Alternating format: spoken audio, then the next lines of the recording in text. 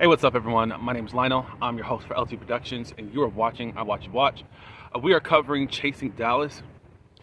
This is season 6, episode 9. I'm gonna give you a little bit 8 since I missed you on last week, but I appreciate everyone for coming to my channel. Please like this video and also subscribe. You can leave your comments below. So let's get into these episodes. Okay, so I do apologize for last week not getting my video out to you guys. Last week's episode was interesting because you could say it was more filled with Donnie going on an apology tour.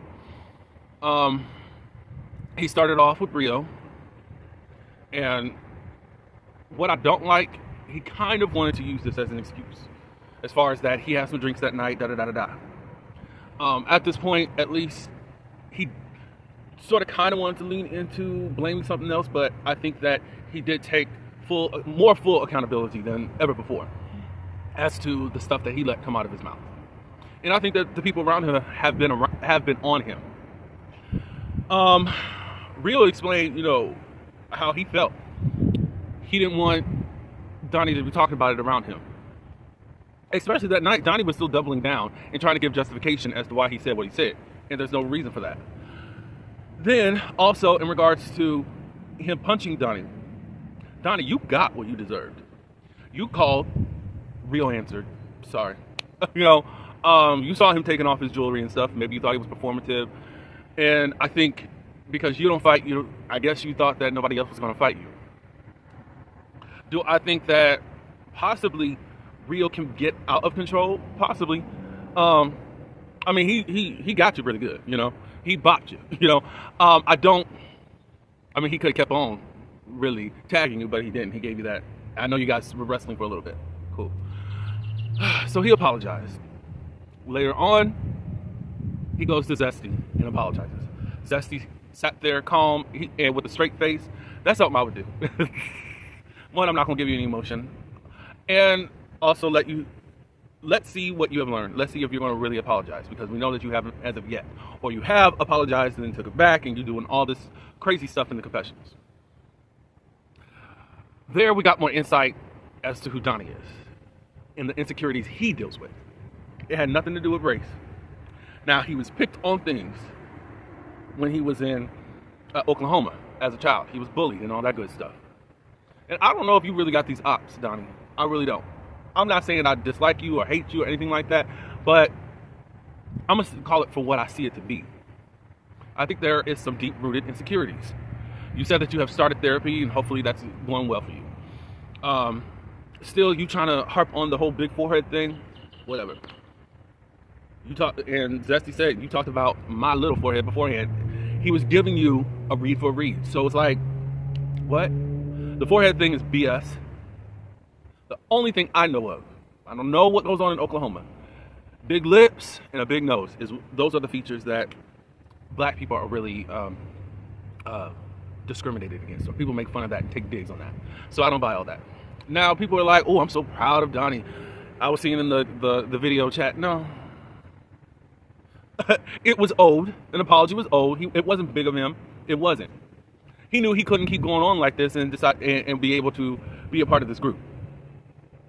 So, and a lot of other people said, oh, he didn't need to apologize.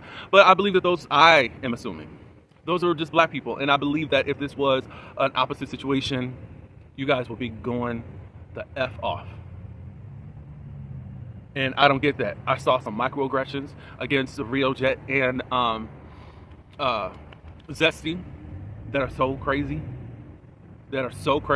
Don't keep thinking that white people are the only people that are problematic. I'm standing for what's right, and that's just that. We get a short scene with Jeff. He has revealed to one of his friends, I guess, that had been getting into it with this dude that now Jet is with. He didn't like it, but because he's his friend, he'll support it or whatever. I guess there's been this off and on thing between Jet and this guy for a while, and they just decided, let's go for it. So that's all I really wanted to say about the last episode. Donnie, you are no hero. You needed to take accountability. And now move on. Accountability and responsibility for what you did. That's it. Now we can move forward. This episode 9, It was really cool, a really special episode. And I think I'm going, since I didn't really write things down this time, unfortunately, I got to go by memory, and hopefully I get every scene. Donnie has some more apologizing to do, and I'm going to say I don't know why. Rachel and Donnie, they meet up, and they want to discuss what was going on between them. Rachel felt away and felt like Donnie spit on her intentionally. And really, Donnie said, that wasn't my intent, He's apologizing and all that good stuff. She says that I'm not apologizing for the stuff I did as far as getting on your car and ready to fight you, but I will apologize for how I was treating your parents and family. I'm gonna say this, Rachel, no. You don't get to just apologize for that, because you were looking very dumb. You was ready for him to catch a fade, but you haven't even at this time even taken the whole situation and kind of analyzed what was going on. Donnie just got the mess beat out of him. He's on 10. The adrenaline is going. You steady trying to be around him. Anything can happen. It's not an excuse, but guess what? What is it? An action can cause a reaction. You're around him. Let him be. Let him be in his corner. If you're someone that can calm down a situation, cool. But in most situations, I see you heightening situations. So I don't. No, you owed him an apology for that. You assumed. You didn't even try to get clarity from Donnie before you was ready to have him catch a fade. I'm sorry, there wasn't anything rational about that. I don't care. You did owe him an apology. See how I could be fair? You know, I've been on Donnie for weeks. Even though I said he's entertaining and all that, I just think that he's represented himself quite badly on the show. And really, Donnie, while people thinking that he's getting ganged up on, you set the tone for the season.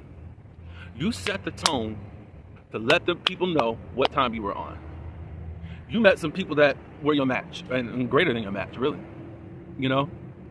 And you just got to deal with it, in my opinion, you know? It's cool that you want to move on. I think that you are cowering down for some people. One in particular, Rachel. No, that wasn't cool of her. I think that now you don't want to be separated from the group. And those insecurities are coming out, so you're doing everything you can to not be separated and be invited to things. Lamont. When I first saw his scene with his girlfriend, I thought it was so random and convenient that all of a sudden now they got relationship problems because we know nothing about them at all. We don't see any personal time. We see her come to some of the group events, and then you stop taking her to some of the group events because you claim that everybody was saying that you're always bringing her around. I haven't seen it as of yet, but hey, I'm not there. I'm not knowing what's going on behind the scenes. So she's pouring her heart out to you, and she was saying how even with talking with you, it's just like I don't matter that much. But I put my all into what you got going on. He got some bottles for his cologne. He put some pheromones in there to catch the attention of others. It's a lustful type of cologne that he's coming up with. And he said that he had to get some special bottles so that it doesn't look like anything else. Like, you don't want to look like something from the gas station. Well, those bottles look like something you would get from the hairdresser. You know how people will put their certain chemicals in the hair and use a little bottle? I was like, okay.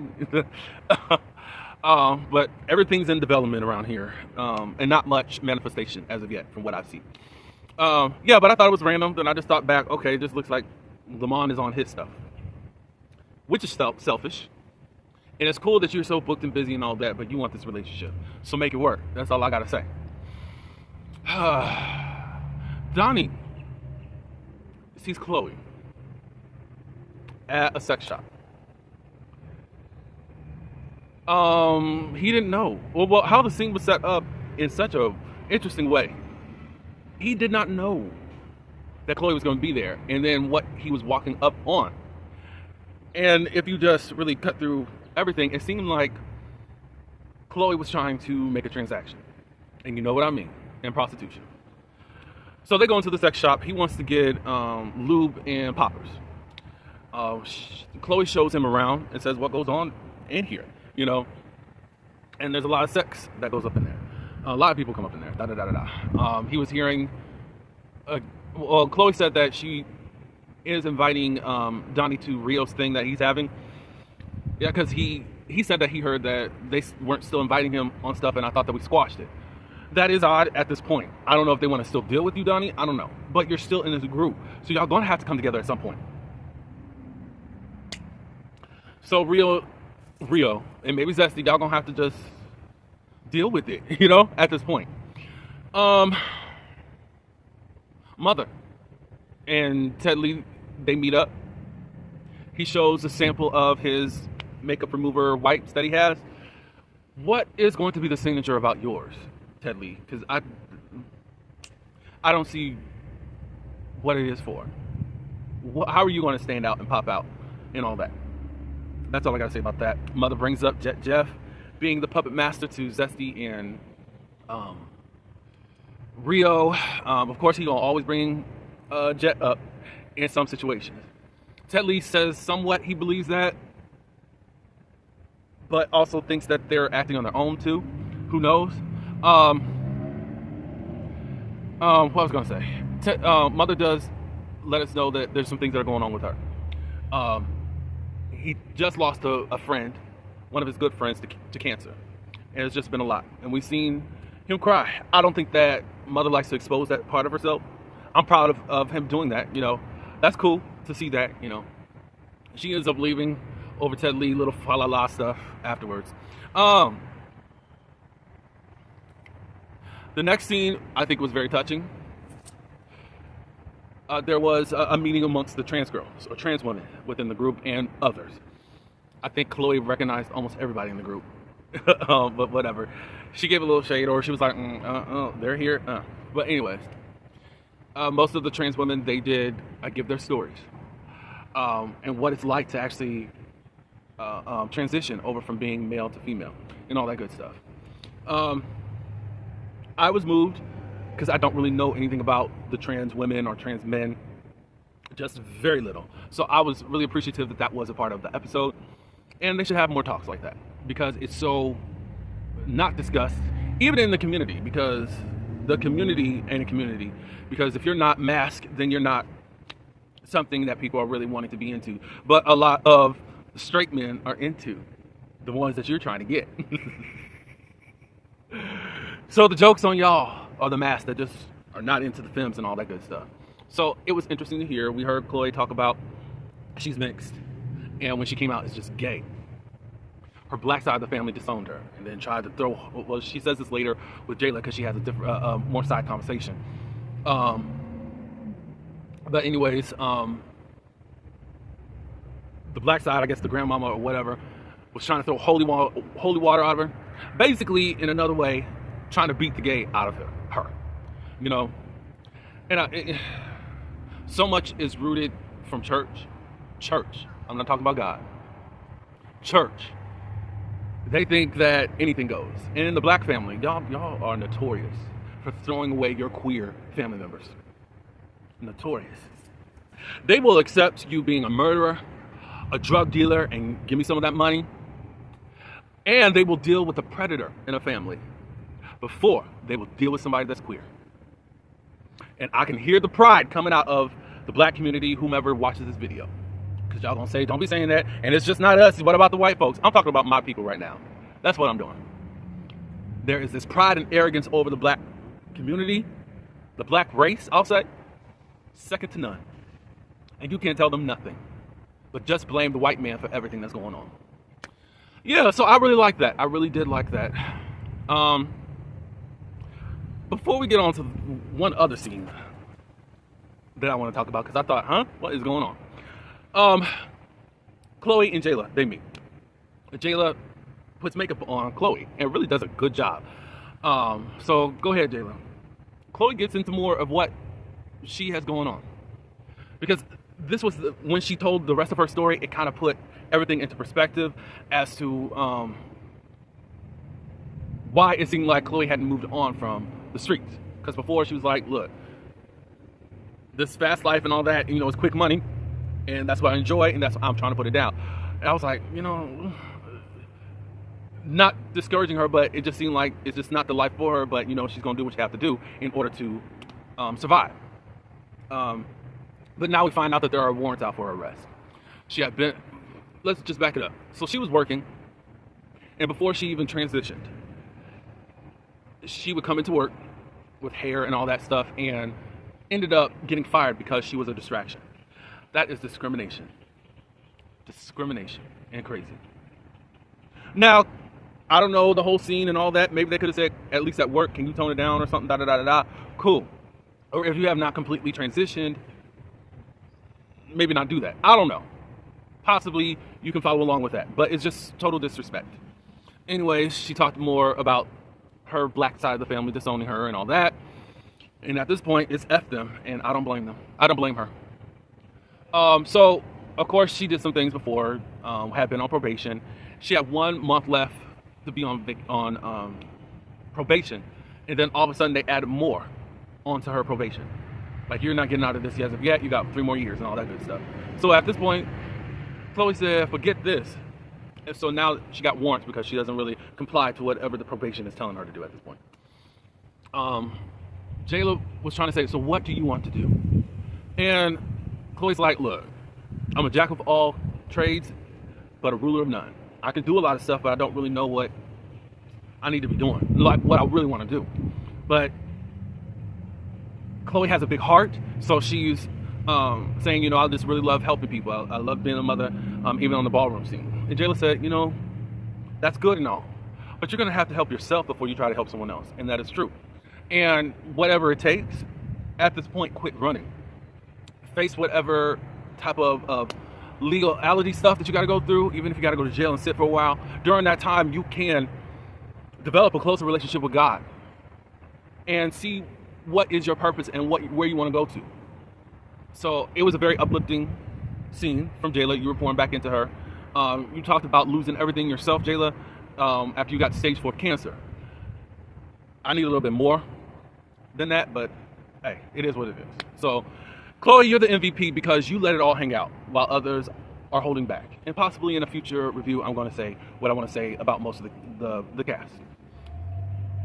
Last scene I'm going to talk about, Rio, Zesty, I think Kelly. We find out that Kelly is one of the dolls for Rio. And I'm like, okay, that's cool. You said that you're a celebrity stylist. Who are you styling, Kelly? We haven't seen that as of yet. And I'm cool with talk at first, but we're like mid-season, going to the tail end of the season, and what's going on as far as your career is that? So you're going to be booked, being flown out here and all that, as you said, as a celebrity stylist, and still have time to do this with with the dolls.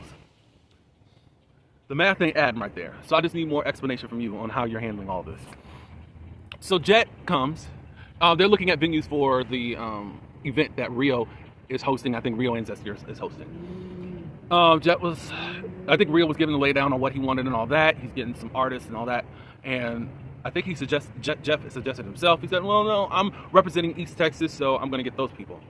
And then all of a sudden, what came on the doorstep is that Rio said that Zesty told him that you were saying about Rio being online begging for people to buy his fish plates. Jet says that he doesn't remember doing that or recall that. He said recall that. That seems quite off. I feel like, this is what I really feel like. I think Zesty and Rio are in an alliance, despite what Mother says it's all about Jeff, sorry. Because it was random to come off like that. Zesty, if you were hearing all that, why didn't you check Jeff right then and there? You went to Rio about it, and then you basically blindside him and just start this attack. Zesty said you did say it. It's still catching Jeff off guard. I'm just putting this on the table, but Mother always says that Jet always throws a rock and hides his hand. I don't know about all that. I don't know who to believe out of this, but it just seems like I'm more on the side of Rico and Zesty trying to start-ish for the show by any means necessary. We know the whole Donnie thing, y'all can't really keep doing that anymore. Y'all got on Glenn. Not that you weren't saying the truth about Glenn. However, you two double teamed on him and all that good stuff, trying to activate people. don't know about that. I really don't know. It's really iffy about you two, Zesty and Rico, and how y'all trying to operate. Well, those are my 2 cents, maybe 50 cents, on what I have thought about these last 2 episodes. This episode here was, loved it. Chloe, you are MVP. Thank you for being real, honest, and raw, and just giving us everything that we want as an audience. And I know you're going to make it, and I know you're going to stand tall in all that you do. And I can't wait to see what the future holds for you and for the others that are chasing. That's all I do have. I appreciate everyone for coming to my channel. Like this video. Again, subscribe if you're new, and leave your comments below. Until the next one, peace.